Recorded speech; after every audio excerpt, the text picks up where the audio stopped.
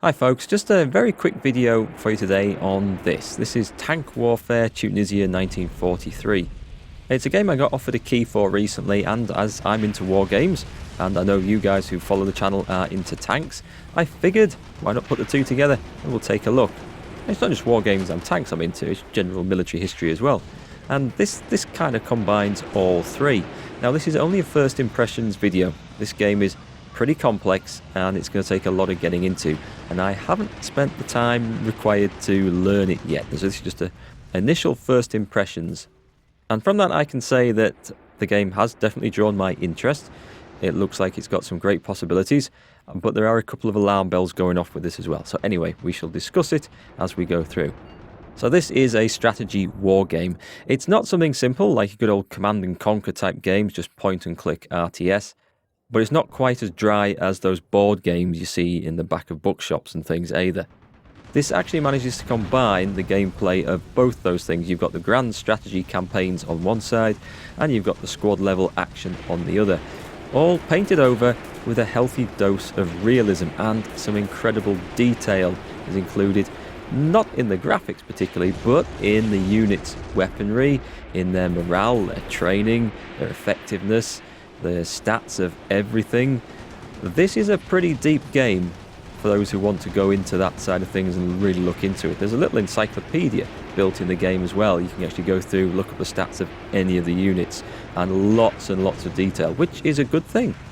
So the footage we're seeing on screen now is just one of the early quick battles that you can draw up. It does have a full battle editor in the game. You can make up whatever sides you want. I'm playing as an American motorised company trying to attack a crossroads that I think is held by the Germans. Movement can be pretty simple. You just basically drag and select a load of units, right click where you want them to go. When you right click, a menu pops up and you've got various options to get there. You can send them by recon, fast move, march move, attack, assault, blah blah blah. Lots of options. That side of it looks pretty simple. You can also chain orders together, so they'll go to point A, then point B, and that's all pretty good. And when you get into the thick of the fighting, it's all pretty realistic. Troops duck down, take cover, they cower, they sometimes just flee and panic. Vehicles catch fire, blow up, get immobilized. I think this is definitely trying to be a wargaming simulator, and I like that. I like depth in war games. And then you've got this other side of the game. This is the grand campaign. Again, this is very detailed. It's not like some total war game where you just move an army around a map. In the grand campaign, you've got to worry about keeping your troops in chain of command and line of supply. Yeah, you've got to worry about supplies in this, fuel, ammunition. You've got headquarters units, which will forward supplies to the men under their command. And you've got to worry about all this as you're moving your men along. Now, one of my favourite things about wargaming is playing the grand campaign. I don't just like the one-off skirmish battles where, yeah, you can chuck all your men away, it doesn't matter if you lose. Playing a grand campaign, you get that sense of what it must have been like for the military commanders of the time, knowing they had to conserve their forces, that whatever happened on the battlefield today would have consequences for the battlefield tomorrow, and the day after, and the day after. I like that sense of grand strategy you get from playing the campaigns, and it looks like it could be modelled in here quite well. I'm going to have to spend some more time playing with this to see what I really think about it. So at the start of the video I mentioned good points and a couple of alarm bell warnings that were going off about Tank Warfare Tunisia 43. Well, the good point is that there's an incredible level of depth and hopefully realism in this as well. For those of you who like complex war games, this is going to be something you'll really enjoy, I think, by the look of it. The unit and weapon detail, the stuff that's gone into this game, you can tell it's going to be a realistic wargaming. It's got that sense of depth to it. And now the downsides that I've seen of the game just so far. It is incredibly difficult to pick up and get into. Unless you've played games from this series before, you will probably struggle. I've played a lot of war games before, and I really struggled to be able just to learn how to move things around, get orders cobbled together, cancel orders when you didn't want them to go ahead anymore. It is confusing just looking at the screen, and there are tooltips that pop up, but sometimes you just can't find the button that you want.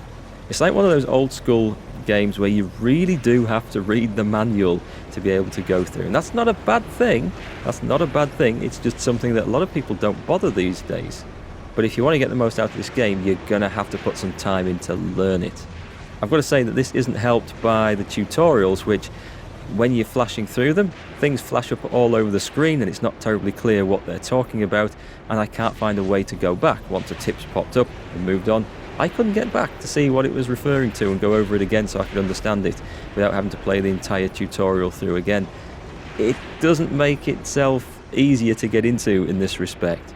And those of you with little patience, I don't think you're going to sit around to get into this, which might be a shame, because for those who do get into it, I think this is going to be an incredibly good, deep, strategic war game, sort that will give you lots of challenge. This isn't something you can just easily just mob your troops up and just run over the enemy in a big blob. No, you've got to have a little bit more tactical finesse than that. But it is something you're going to need to spend some time with. Anyway, I'm going to sign off for now with those thoughts in mind. This is going to take some time to get to grips with, but it's got some great possibilities. But let me know what you think in the comments. If it's something you'd like to see more of, then I will definitely put some time in and maybe bring you some more of the battles and the scenarios that are available. But if you've watched this video and thought, what the hell's going on the screen? I can't take all that in. Yeah, this game might not be quite for you. However, if you've seen it and thought, you know what, that looks like it's got some good detail, I fancy a go at that. Well, it is available on Steam at the moment, but be prepared to put the time in to learn it. Anyway, that's me signing off now. Let me know in the comments what your thoughts are on Tunisia Tank Warfare 43. If it's something you'd like to see some more of, then I'll definitely spend time playing it more in the future, because it is the sort of game I would like to get into, I think. Okay, folks, thanks for watching. I'll catch you next time.